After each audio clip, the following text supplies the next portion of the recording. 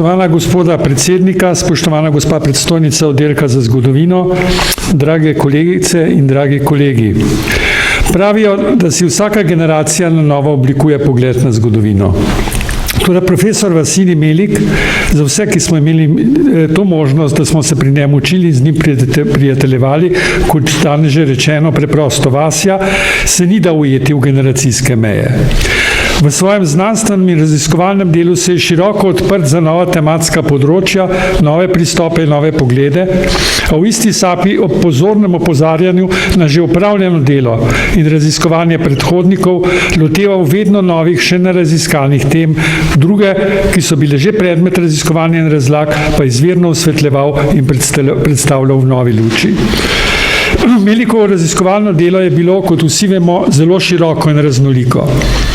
Se je segalo od politične prek demografske, socialne, upravne in gospodarske do kulturne zgodovine in zgodovine vsakdanjega življenja, ob prevladujoči pozornosti 19. stoletju in času pred Prvo svetovno vojno, pa se je, kot je sam dejal, večkrat dotaknil tudi starejših obdobij, zlasti vloge reformacije v slovenskem razvoju in nastanka in razvoja srednjeveških mest. Toda njegovo glavno delovno področje je bilo, povedano zopet z njegovimi besedami, 19. stoletje v zelo širokem obsegu, od začetkov slovenskega narodnega gibanja v drugi polovici 18. stoletja do konca Prve svetovne vojne. Melik je seveda svoj pogled na zgodovino in slovensko zgodovino oblikoval postopoma. Zgodovinarju se z leti nabira znanje, bogati pogled na čas, s katerim se ukvarja, je dejal ob svoji 80-letnici. Za študij zgodovine so ga že v srednji šoli navdušili Občna zgodovina za slovensko ljudstvo Josipa Stareta in Sienkiewiczovi romani. Profesor Cviter, ki je bil njegov profesor že v gimnaziji, pa je bil na fakulteti prvi, pri katerem je poslušal predavanja o slovenski zgodovini 19. stoletja in slišal o statističnih verih in verih, kot so uradni listi. Diplomiral je leta 1943, bil po vojni nekaj mesecev zaposlen kot prevajalec pri Tanjugu, nato pa je skoraj leto in pol delal kot pomočnik ljubljanskega mestnega arhivarja in bibliotekar v Slovanski knjižnici. Tedaj se je z bibliotekarstvom in arhivistiko zbližal, da je obe stroki, kot je dejal, vse življenje štel za svoji in z področja obeh objavil tudi več odmevnih razprav. Leta 1947 je postal asistent na tedanjem Inštitutu za zgodovino Filozofske fakultete v Ljubljani in tako začel svojo več kot 40 letja dolgo visokošolsko pedagoško pot. Nekaj let je predaval na pedagoški šoli v Ljubljani, leta 1952 pa postal predavatelj gospodarske zgodovine na ekonomski fakulteti. Z ekonomske fakultete se je 7 let pozneje, ko so tam ugotovili, da gospodarske zgodovine ne potrebujejo več, vrnil na filozofsko fakulteto, kjer je s temo volilni sistemi na Slovenskem leta 1959 doktoriral in bil leto pozneje izvoljen za docenta. Vasilij Melik je volitvam in volilni zgodovini v Habsburški monarhiji pred Prvo svetovno vojno posvetil že svoji prvi v letih 1947-1948 v zgodovinskem časopisu objavljeni razpravi. Volitve na Slovenskem v letih 1861-1918 in zgodovina staroavstrijskega volilnega sistema pa so bile njegova prva velika znanstveno-raziskovalna tema. V monografiji, ki je šla leta 1965, je podrobno analiziral značilnosti in spreminjanje volilnega sistema v avstrijski polovici monarhije in vpliv teh sprememb na slovensko narodno-politično življenje. Z natančno analizo neenakosti položaja in pravic privilegiranih skupin, mest in podeželja v volilnem sistemu in sprva zelo previdne širitve volilne pravice pri državnozborskih volitvah od 80. let 19. stoletja dalje, posebej pa seveda deželnozborskih in državnozborskih volilnih rezultatov, je nazorno osvetlil procese politične in nacionalne mobilizacije ter narodnostnega in političnega opredeljevanja prebivalstva.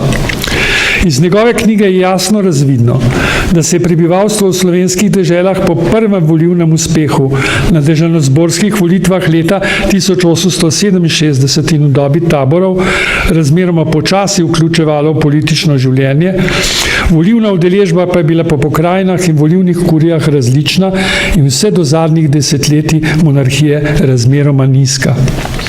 Knjiga o volitvah na Slovenskem, ki temelji na pravi množici arhivskega in drugega, dotlej malo upoštevanega gradiva, je tudi 5,5 desetletij po izidu nepogrešljivo temeljno delo za razumevanje socialnih osnov in dinamike slovenskega političnega gibanja v drugi polovici 19. in v začetku 20. stoletja.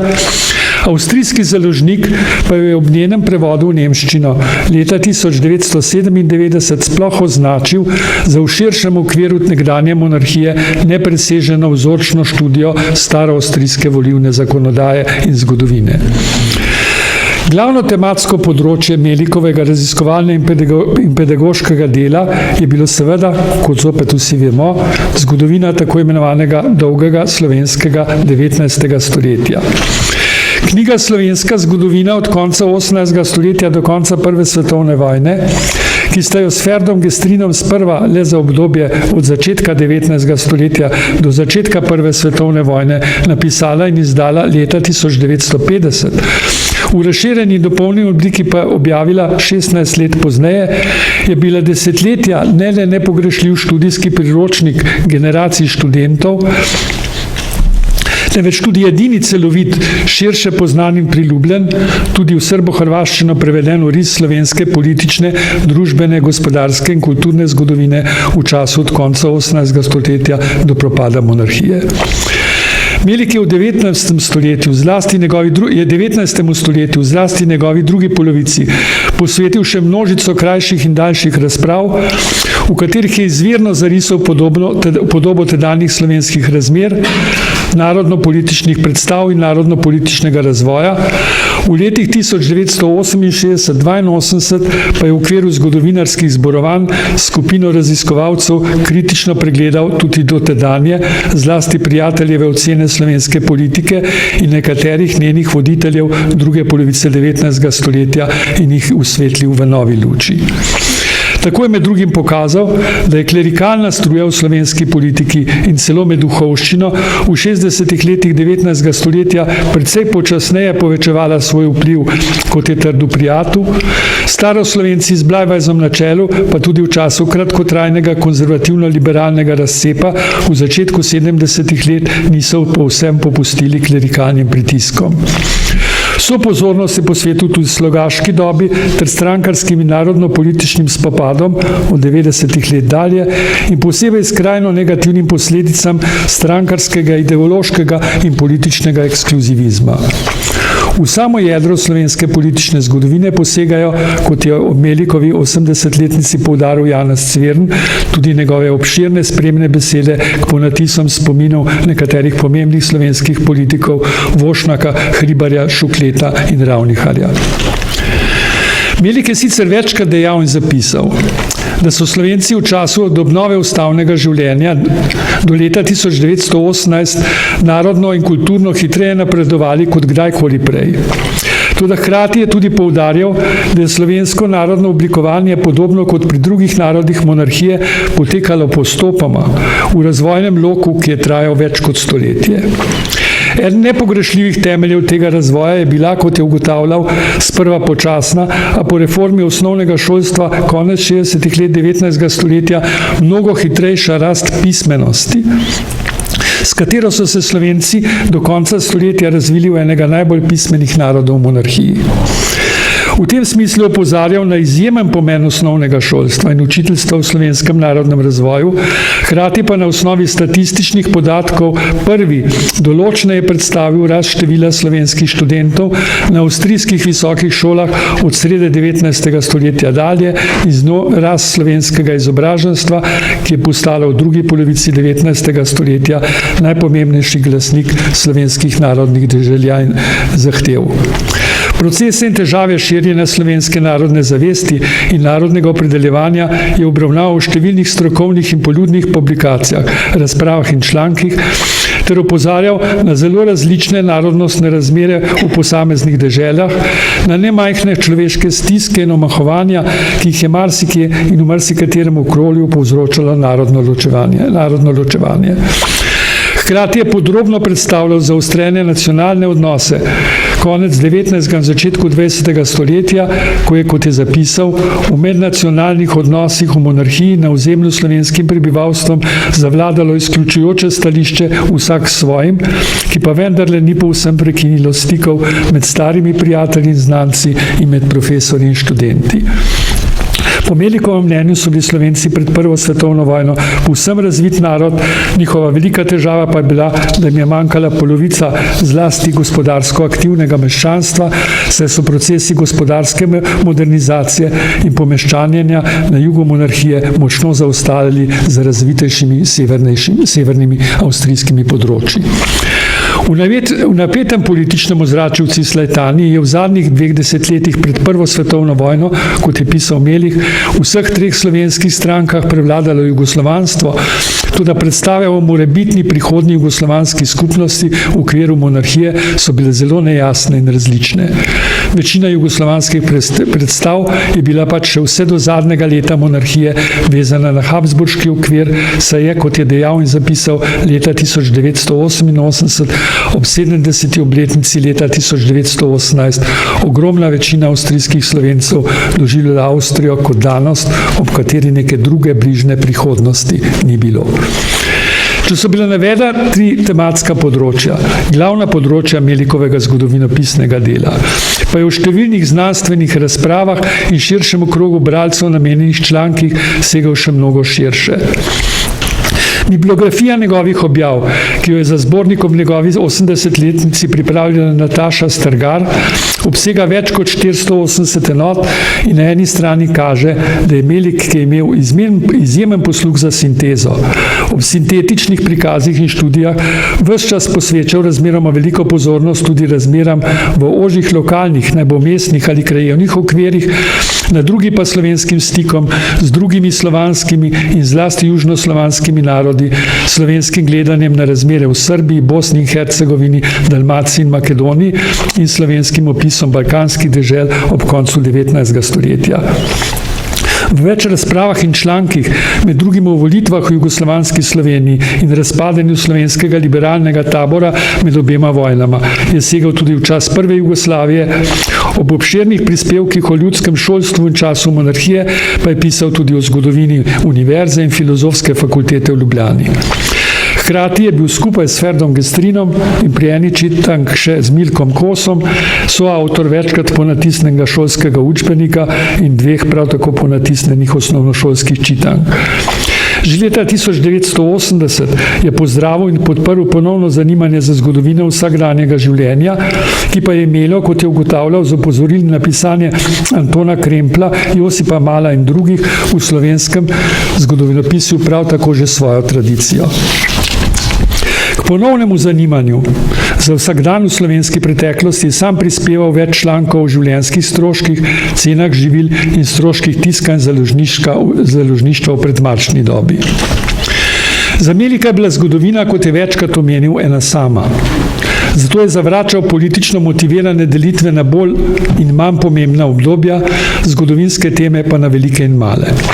Svojim izjemnim znanjem, odprtostjo, duhovitostjo in neposredno na vse družabno naravo si že doma pridobil širok krog sodelavcev in prijateljev vseh generacij, zelo uspešno pa je sodeloval tudi z zgodovinarji v tujini in drugod v Jugoslaviji. Vse druge polovice 60. let je bil aktiven član Jugoslovansko-čehoslovaške zgodovinske komisije, k delu katere je širokogrudno pritegnil mlajše kolege, ki smo se na srečanjih komisije prvič srečali s češkimi in slovaškimi zgodovinarji in seznanili z njihovimi raziskovalnimi ustanovami. Na Dunaju je navezal stike z Avstrijskim inštitutom za vzhodno in jugovzhodno Evropo in krogom okoli profesorja Richarda Plaške. Od začetka 80. let pa se redno udeleževal tudi simpozijev Mogersdorf in podobno kot pri znanstvenih srečanjih na Dunaju in drugod tudi pri teh srečanjih odpiral vrata mlajšim kolegom.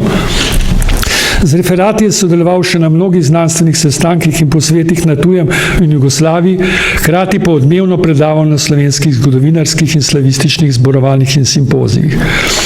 Vse od 70. let se je prav tako zavzeto udeleževal srečanj tedaj mlajših, slovenskih in avstrijskih zgodovinarjev, ki smo se zavzemali za s preteklimi nacionalnimi in političnimi ocenami neobremenjeno razpravo o nemško-slovenskih razmerih v 19. in 20. stoletju. V 90. stoletjih pa se je udeleževal tudi posvetov in razprav, ki jih je na svoji domači v Zilski dolini prirejal Andreja Smolič. Vasilij Melik je bil kar 26 let, od leta 1973 do vključno leta 1999 glavni in odgovorni urednik zgodovinskega časopisa in je v tem času časopis široko odprl raziskovalcem vseh generacij. Generacijam zgodovinarjev pa se je seveda neizbrisno zapisal v spomin, predvsem kot izjemen, neposreden, za vprašanje in razpravljanje vedno odprt učitelj in predavatelj. Že seminarje je pogosto spreminjal v sproščen pogovor, ki ga je ob odličnem poznavanju književnosti bogatil z opozarjanjem na najrazličnejšo, ne le strokovno, temveč tudi pravo književno literaturo, svoje razlage pa pri tem postril z duhovitimi, stvarnimi zgodovinskimi anekdotami. Mnogim, ki smo imeli ta privilegij, da smo ostali z njim povezani po končanem študiju in na takšni način buril domišljijo in širil obzorje tudi ob klepetih ob kavi. Bil je mojster detajla, je v njegovi 70-letnici dejal Vasko Simoniti. Sočnim primerom je znal zadeti in zajeti čustveno stran trenutka in daljšega časa, saj je imel izjemen posluh za najbolj življenjske plati pretekle stvarnosti, ki jim zgodovinarji običajno ne pridejo blizu ali pa ne posvečajo večje pozornosti. Mnogim, ki smo ostali z njim strokovno in prijateljsko povezani, je z nasveti in vedno pripravljen na pogovor požrtvovalno pomagal tudi pri poznejšem raziskovalnem delu in tistim, ki smo se odločili za pedagoški poklic pri premagovanju pedagoških težav. Podobo slovenske, južnoslovanske in staroavstrijske zgodovine, ki smo si jo izoblikovali, smo na ta način neizogibno oprli na njegovo zgodovinopisno delo. Za vse, ki smo se ukvarjali in se ukvarjamo s slovenskim in avstrijskim 19. stoletju, je bil in je še danes nepogrešljiv in nepozaben učitelj. Hvala lepa.